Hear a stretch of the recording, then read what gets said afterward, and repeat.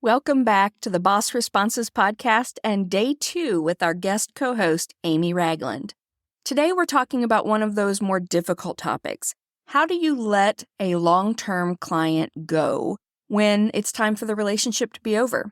Let's just jump right into the question.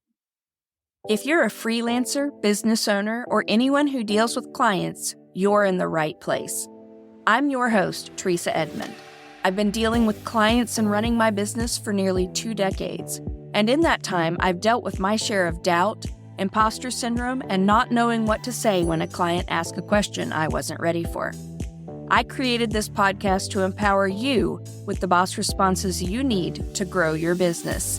Each week, my guest co-host and I will bring you 5 episodes packed with practical insights. Monday through Thursday, we answer your questions.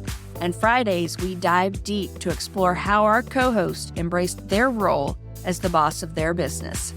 Welcome to Boss Responses. We are back for day 2 with Amy Ragland. Amy, what's the question for today? So today's question comes from somebody who has a long-term retainer client and they need to let them go. And they're thinking about that because the client pays lower rates than their other clients. They're always asking for changes. And frankly, they just take up too much of their time. I've thought about just telling them I'm raising my rates, but I don't think that would solve all the other problems. And I don't want to burn any bridges because they've referred a couple of my higher paying clients to me. And I appreciate them taking a chance on me because they were with me when I first started my freelancing journey. How can I break up with them without hurting any feelings?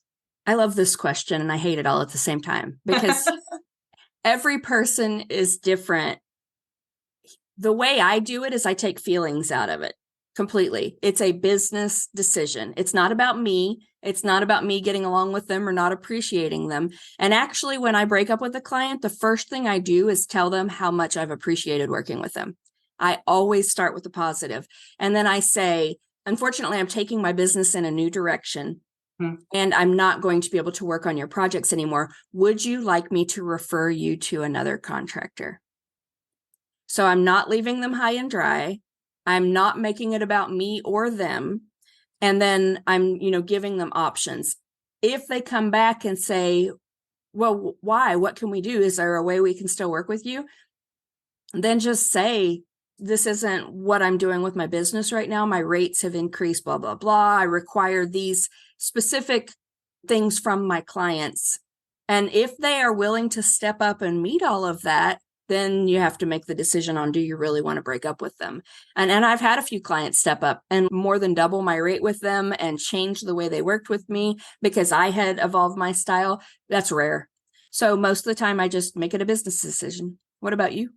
I think it's not uncommon to outgrow a client, or if you shift directions and you're no longer aligned with those projects and what they're doing.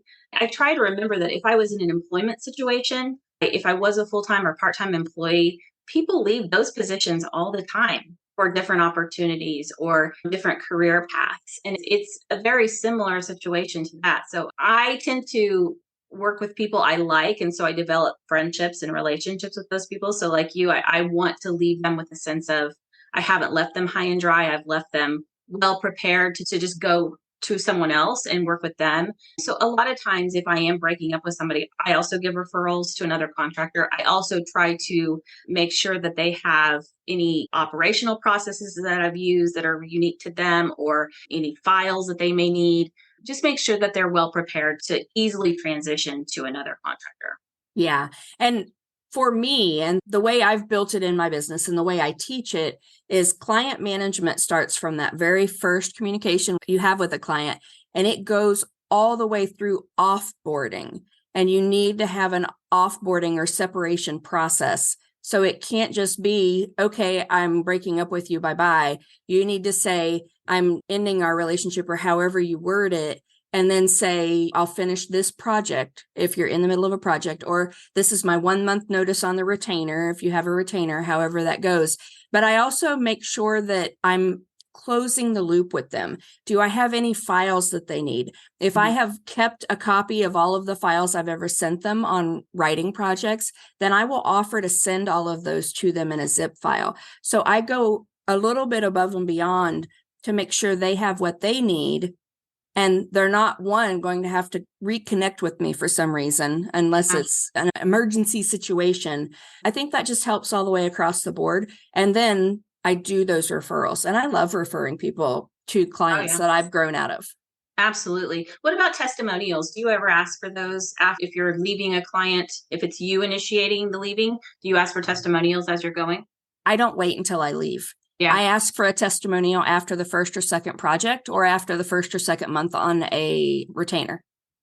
That's a good point. I mean, I think that's a great reminder to be asking for not even so much testimonials, just feedback throughout the relationship, and make sure that you're still on the same page with your client as the relationship progresses. That's such a great reminder of that. It absolutely is. And clients who have referred other clients to me will often continue to refer clients to me after we break up. That keeps happening until they form a really solid relationship with another writer. And then it's absolutely their due at that point for them to refer the clients to the new writer, unless it's something I specialize in, like ghostwriting, and then they'll still send people to me. So it's an interesting situation, but yeah, make it about your business, not about yourself, and not about your client. Don't tell someone I'm severing this relationship because you pay peanuts. That's just rude. Right, exactly. Just say this no longer fits my business goals, or I no longer have availability in my schedule. So that's easy way to do it. Blame it on your business every time. Love it. That's the exact approach I would take too. All right. Join us tomorrow for day 3 with Amy.